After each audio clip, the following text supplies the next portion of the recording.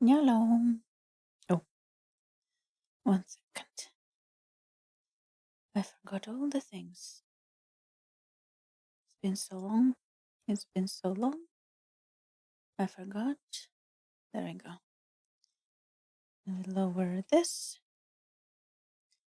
I mean, it probably hasn't been so long. It's been, 2 weeks? Maybe a bit more. I don't even know. But it felt very long. A lot of things happened. I still feel a little raw. Mentally, physically. Anyway. Which is why we are... Hey! Okay. Which is why we're starting with a small... Why do I feel like... 1 second, I need to check. Why do I...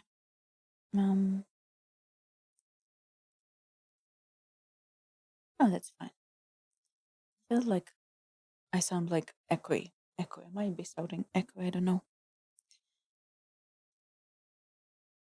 Better? I don't know. Anyhow. Where am I? We are starting with a short-ish story game today, just to get back into the mood, I think. I was planning actually to start with Alan Wake, but then instead of waking up in the morning, as I've been doing, regardless of my wishes, waking up 6:50 every single day without having an alarm or reason to wake up. Today my body finally said, fuck that. And I don't know when I woke up, but when I woke up and read the book a little bit, then I heard the noon chimes, and I was like, oh, it's been a very long time since I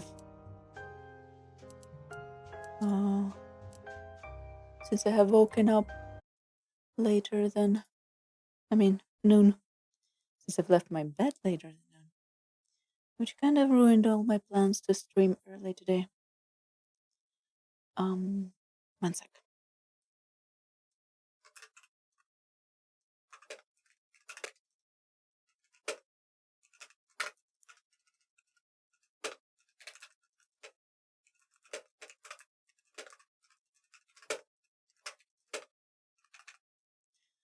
Meow, meow, meow.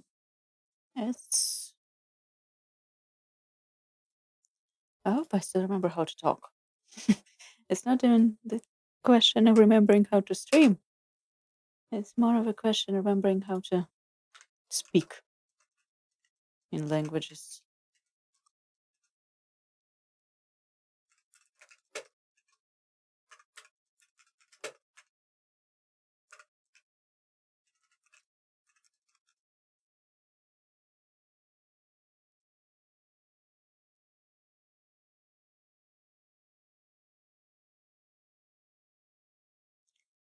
And that's a typo, but I don't care enough to fix it.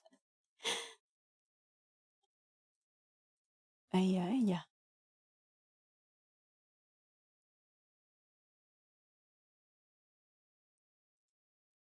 Okay. This game is one of those when you click off on a different monitor, the sound disappears, so I'll have to deal with that.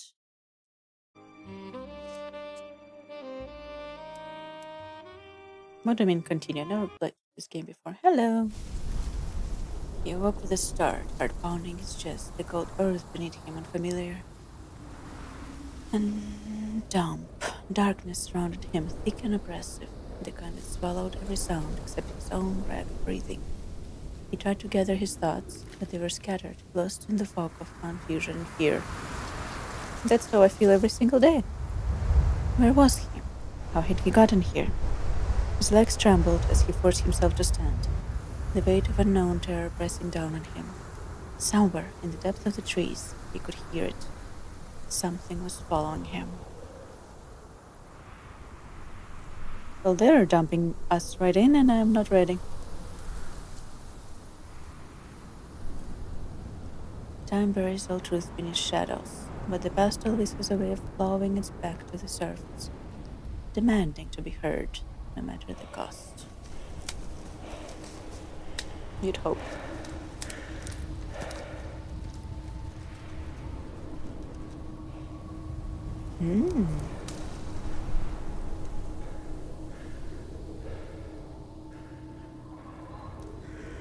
Hello? Where am I? Good question. You know what? Excuse me. I shall break your immersion for a little bit.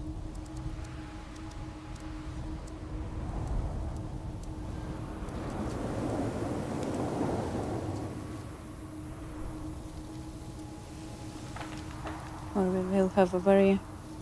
I know it's following me. I can feel it. What is following you? I don't like running around away. Usually, we face the shit that is trying to follow us head on.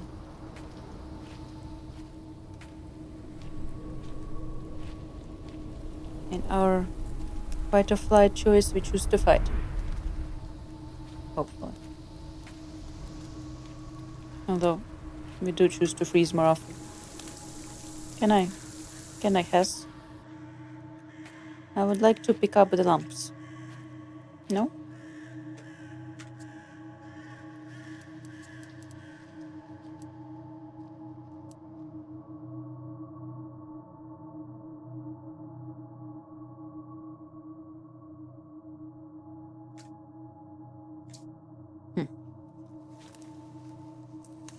I still feel like it might be a bit too sensitive.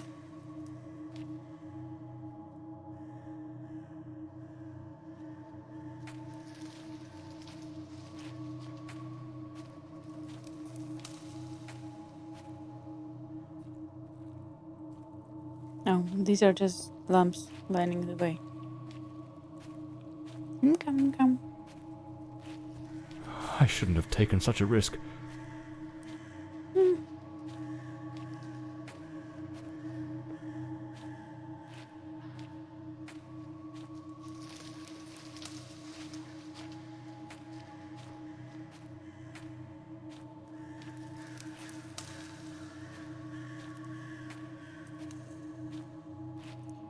So far, this game seems like the right kind of game to get ready for Alan Wake 2.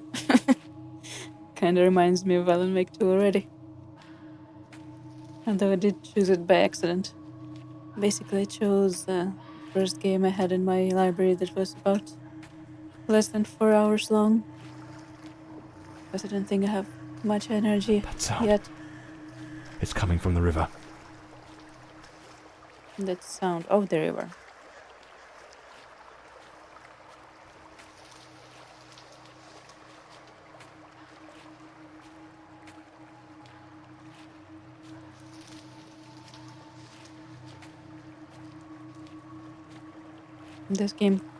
This part of the game could be Alan Wake 2.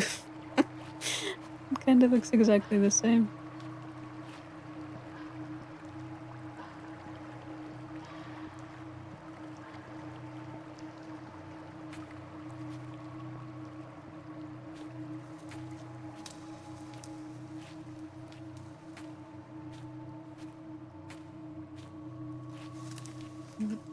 Although so far,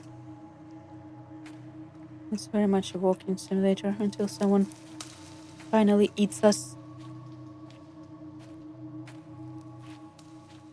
If it catches me, it will show no mercy. Then maybe walk a little bit faster, no? Also pick up the freaking lantern. Or a weapon, or whatever. A stick.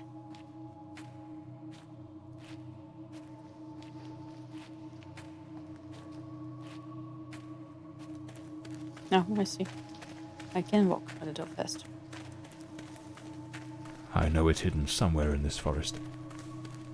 What is?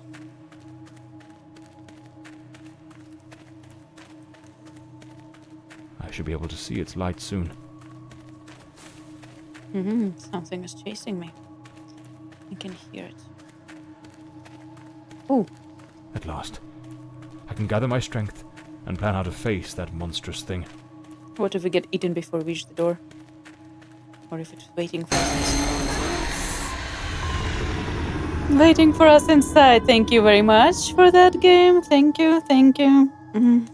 Pleasure doing business with you today. Okay. Last day in the hospital. The piercing light of the morning sun stirred John from his restless sleep. For months, strange nightmares had plagued him. Even the strongest surgeons couldn't dull the weird visions that haunted his mind. Another day in his wretched hospital. His wounds still ached. But he felt no regret. Despite the accident, he brought the culprit of those ghastly crimes to justice. After all, isn't it the duty of any good private detective?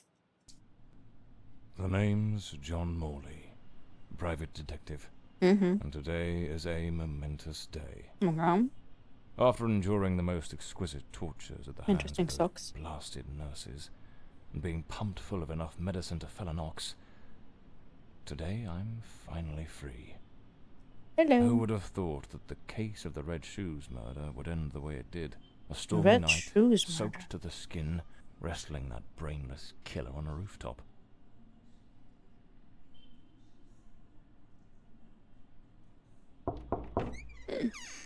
It appears you're awake at last. Mm-hmm. We had considerable difficulty rousing you earlier this morning, so I deemed it best to let you rest a while longer. I bring you good news. The latest test results are favourable, and the doctor has authorised your discharge. You are now officially ready to go. I have placed your belongings on the table. Oh, and a lady stopped by this morning with some clothes from the dry cleaner. A lady. A woman brought my clothes from the dry cleaner. Was it Penny? I couldn't say. She arrived quite early, before my shift began. I've placed the garments in the wardrobe to keep them from getting wrinkled.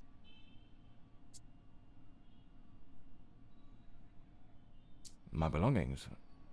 I thought everything was already in the room. There are a few valuables and some coins we kept for safekeeping. They are in the box on the table. This game has interesting talking animation. 1 second. The tongue looks very interesting. I've been having nightmares. The doctor has prescribed some medication that should help address any residual effects. This should assist in alleviating your nightmares. So I'm better now. Yes, you are much improved.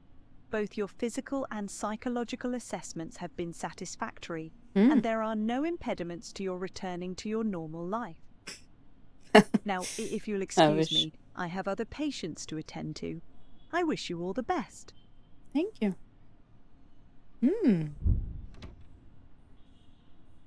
New key clue. Open the case file to capture information and clues. Blimey, it's nearly noon.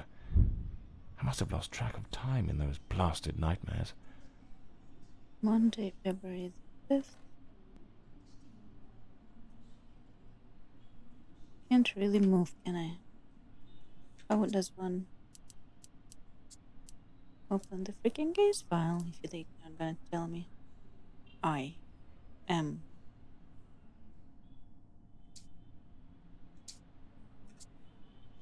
Beth Kelly, age 32, nurse, head of wards and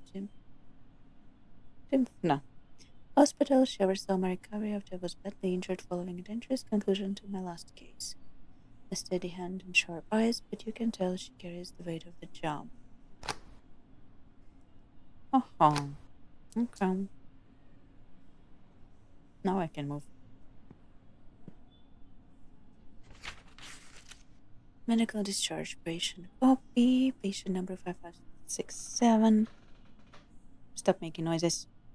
Date of discharge 5th February 1945. Subject post-operative discharge summary. Attending physician Dr. A. corner following surgical intervention on the surgical intervention prefrontal cortex. That's not a part of my brain I would like any have to intervene on surgically. In subsequent recovery, the patient's physical and physiological relations have returned satisfactory results. No impairments have been defined that would inhibit the patient from resuming normal daily activities. I don't think that is true. The following medications have been prescribed to manage potential residual symptoms. Bromazine.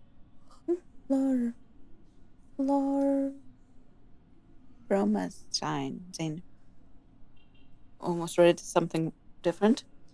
Bromazine, whatever. The patient is advised to adhere to all such instructions provided and to attend any scheduled follow-up appointments. Dr. Informant, St. Dimpness Hospital.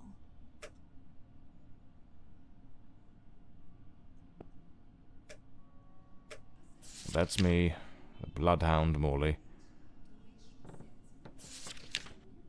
Story of my life. Nearly broke. Do you want to take this thing? No?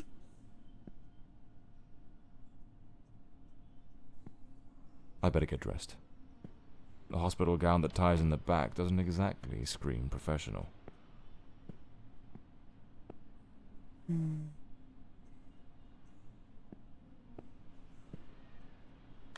Blimey, what a fool I took onto that rain-soaked pavement. And to top it off, with that downpour, I ruined my best suit. But, well, that's all water under the bridge now. Quite literally.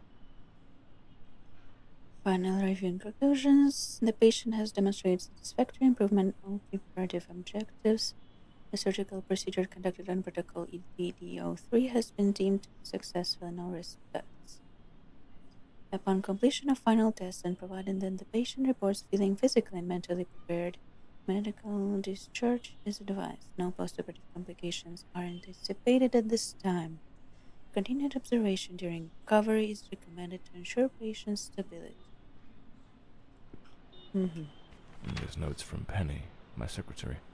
She must have left it here a few days ago while I was still under observation. Nice handwriting. John, I'm awfully sorry, but I can't keep going like this. You've been laid up in that hospital for ages and have been left skint. There's no wages coming in for months now. Before, with the state you were in, I couldn't bring myself to say anything. I thought it best to let you get better in peace. But the other day, Dr. Former rang and said they were finally going to let you out. So I figured it was time to tell you. I haven't been to office in a month. And believe me, I'll miss Hawthorne Street and that old moldy brick building of ours. But I've got to move on, and you know, even before the accident, you still owed me 3 months' pay. Peter and I are planning to get married, and I need some stability. I hope you understand. I left my key under the doormat. I've paid the water and electric bills, so those are in your hands now. Goodbye, John. I wish you all the luck in the world. Yes, a few days ago, an older one came by asking for you. Told her you might be back in the office this afternoon. She seemed quite eager to have a word with you, Penny. Damn it, Penny. I don't blame her, though. I'm a right mess. I've managed to lose the only 2 things that kept me grounded. Her sound advice, always spot on, rainy and overcast. Typical London weather. Didn't mean to interrupt.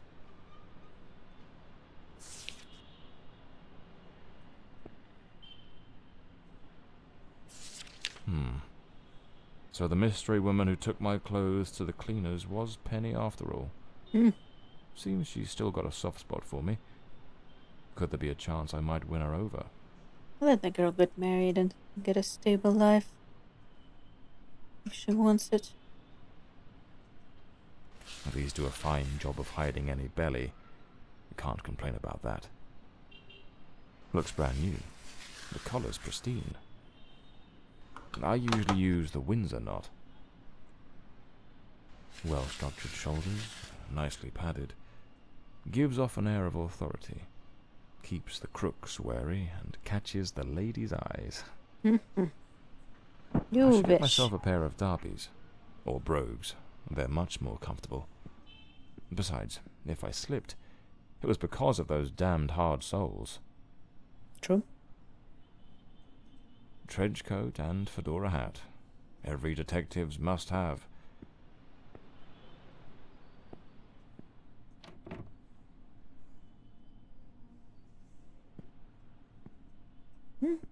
Got achievement for that, apparently.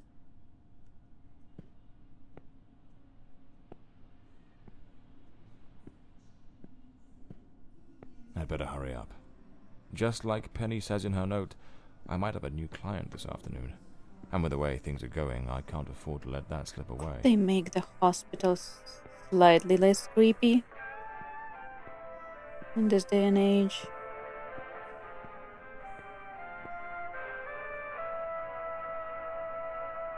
I thought we could talk to her.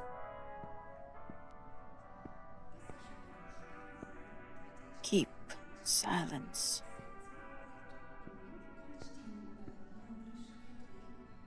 I can hear something.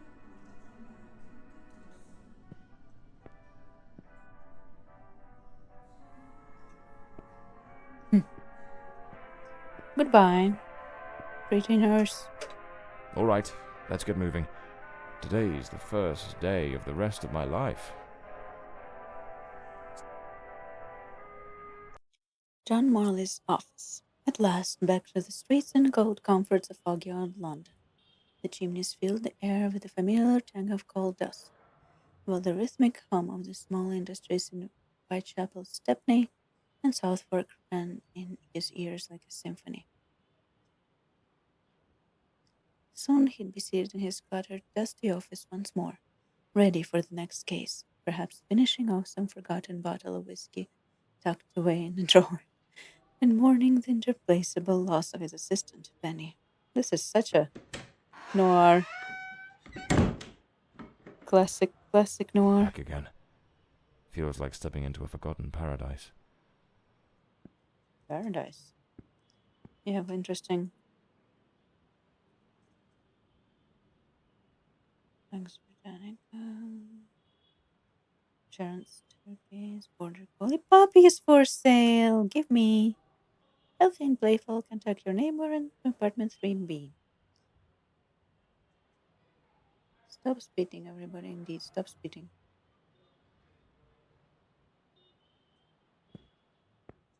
I would like to go to the apartment 3D. Everything's got that same old charm, and yet feels oddly new. This hospital stint's given me a bit of a new outlook. Maybe I'll take it a shade easier from now on, sticking to cases that don't demand a trip to the morgue. Naughty cat. Live jazz, champagne, scandalous nights. Open every day, dusk, Soho, London, of course. Must sing secret.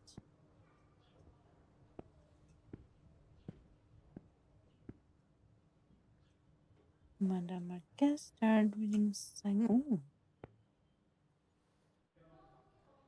1 second. I can't go. I can't go to the puppies. Well, that's mean. London. A mighty mass of brick and smoke and shipping. Great warehoused waters, venerable piles, bridges that arch into the foam whitening, sleeping tideways and lights innumerable. William Ernest Manley. Here they are. Penny's keys. Just like it says in her note. Mm-hmm. Put the thing back. Put the thing back. Man. You moved the... You moved the thing and put it back. Even the coppers missed it. The slant on the letter E. That's what gave away the typist in the black letters case. The London guest Detective John Morley has solved an intricate case of the Jade Mask. Ooh, Jade Mask. Detective John Morley has solved the complex case of the Jade Mask. A seasoned investigator has solved his briefly challenging case, and he has captured. It's a difficult read, but also I don't like how you have the same title 3 times in a row. Detective John Morley has solved. Detective has solved, and then the paragraph itself starts with the same thing. It's annoying. It's annoying and I hate it. It has captured... and... what? Something entered public interest for the past several weeks. The case investigate.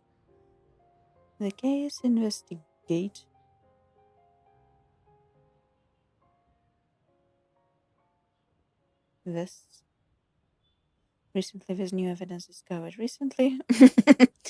Recently with new evidence discovered recently, and the capture of the culprit. Further details about the case will be made available soon. Keen attention and meticulous investigative methods made partial to appearance to be seen in the capture of culprit. What the hell is kind of text is this?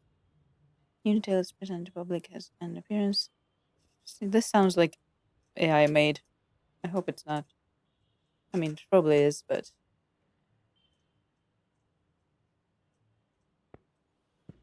AI mumbo jumbo. So this is Peter.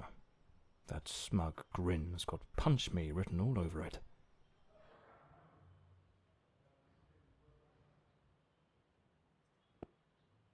Why are you jealous of your assistant's boyfriend? My files.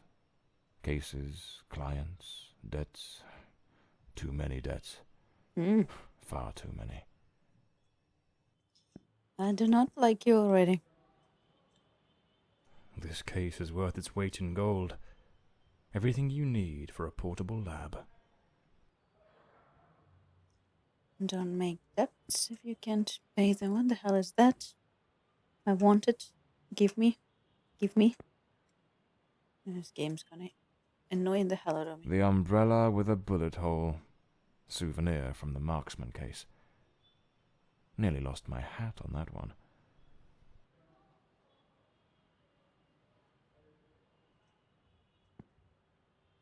For months, anonymous letters containing shilling threats tormented key figures of Parliament and the arts.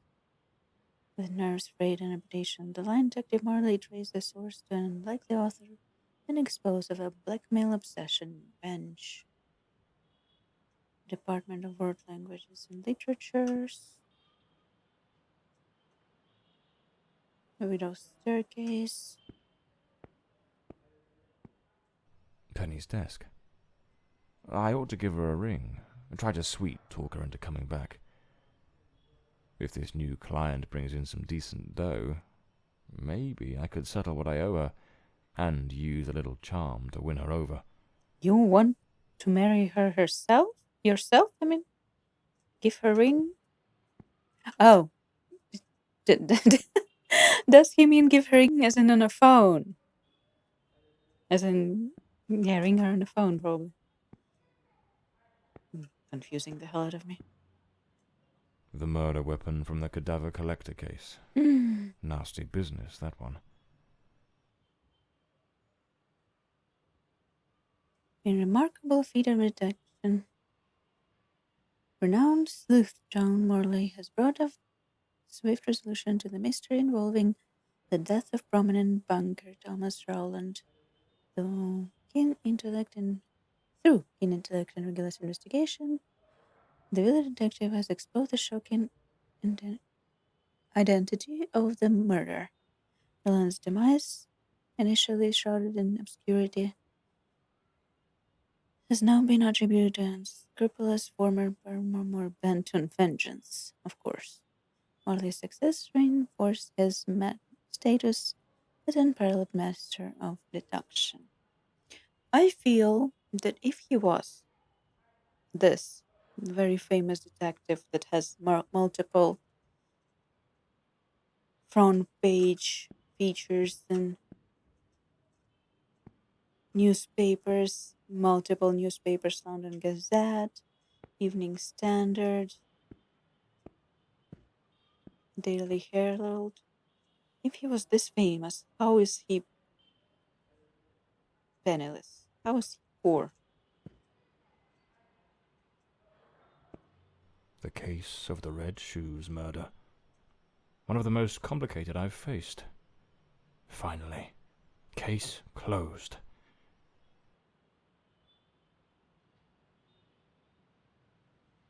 All the victims were women.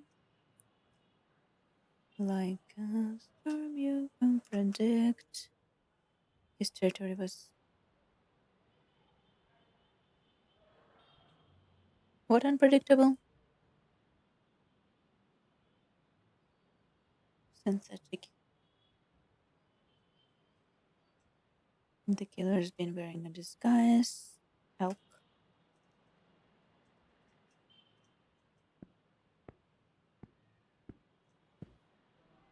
This one's a favorite. The jealous lover solved everything with a few blows from an ashtray. Brutal, but effective. Why? You'd think police would be able to solve that now? Without our help.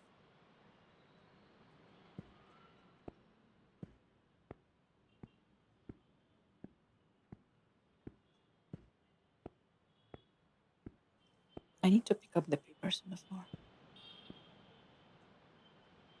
My desk, strangely tidy. Normally it's buried under papers, notes, bits of evidence. Penny must have wanted to leave everything spick and span before she walked out on me. Another one of my cards. But this one has my last name circled.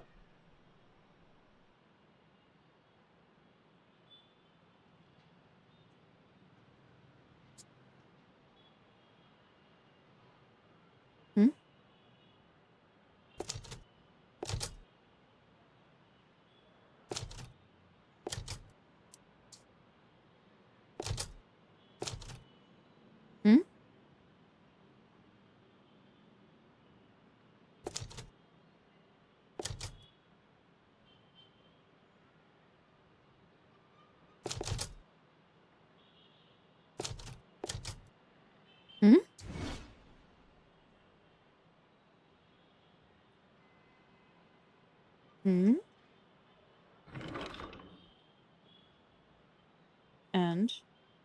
The drawer. It's locked. But there doesn't seem to be a keyhole. It's your desk.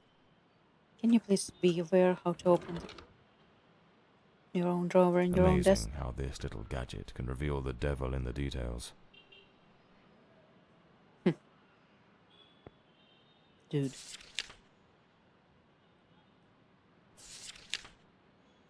Is it like...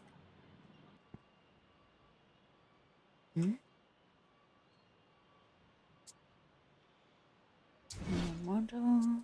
Wait.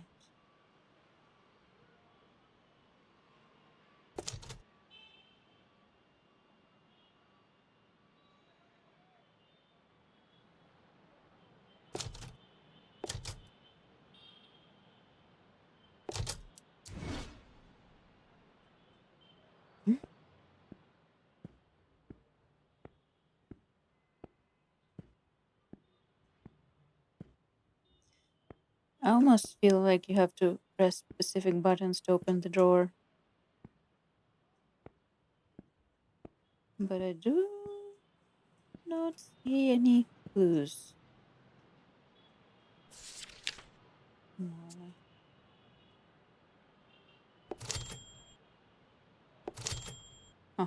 I see.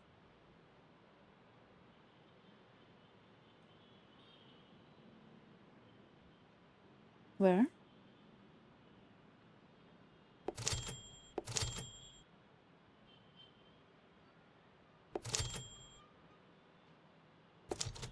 Oh. That was V.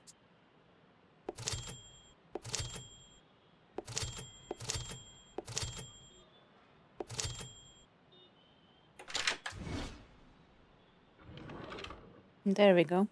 Ooh. Is that what I think it The is? Scarlet Page. I trust Penny didn't go snooping through my things while I was away. Porn. No. That was quick. My apologies, madam. I didn't hear you come in. I was a bit distracted. By Good afternoon, Mr. Morley. spicy magazines. I trust your assistant informed you of my visit as promised. My Nice apologies. choker.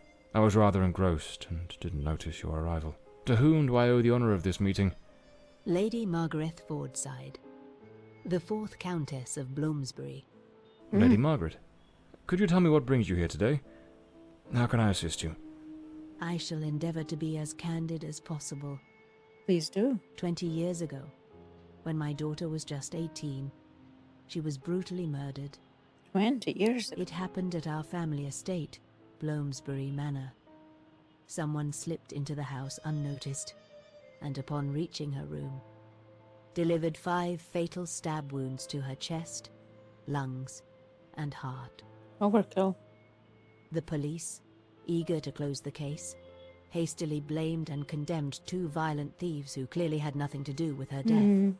Clearly. The investigation was closed, and justice was never served. I am prepared to offer you £30,000 if you take on this case, 20 years later. and a further £30,000 if you can solve it and bring the true killer to light. Tell me, Mr. Morley, will you accept this case? I understand your Sure. distress, Lady Fordside.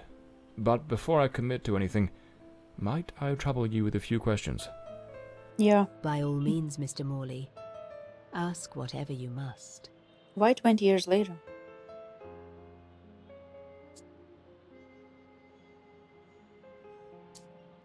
A case that's been cold for 20 years. You certainly don't make it easy for me, Lady Margaret. What made you decide to seek out a detective now? For over 2 decades, I've fought tirelessly to have the case reopened. To prove that the real murderer escaped justice. But all in vain. Neither solicitors nor well-meaning police friends, nor even journalists hungry for a dark story have managed to uncover anything. Then one day, I read about your success in solving the case of the Red Shoes killer. Regrettably, I also learned of the unfortunate incident that left you hospitalized with grievous injuries.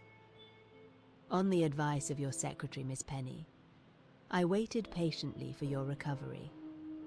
And now, here I am. Here you are. Tell me about the men the police arrested. Why are you so certain they weren't guilty? 2 days after the murder, the police arrested a pair of violent thieves who were terrorizing the county at the time. Though they swore their innocence in my daughter Elodie's death, their criminal record completely undermined their defense. Seizing the opportunity, the police locked them away for their other crimes, and the case was closed. But what has always struck me as suspicious is that nothing was stolen on the night my Elodie was killed. If those thieves were truly the culprits, why would they murder her and then leave without taking a single piece of silver? It doesn't add up, Mr. Morley. I agree. I think just the fact that some random thieves would stab her 5 times in her bedroom doesn't add up. Tell me, were there any witnesses? Did anyone see or hear anything? It happened at midnight. The house was practically empty at the time, with only a few servants and a guest who was sleeping in the west wing. I was the only one who might have heard something, as my room was next to hers.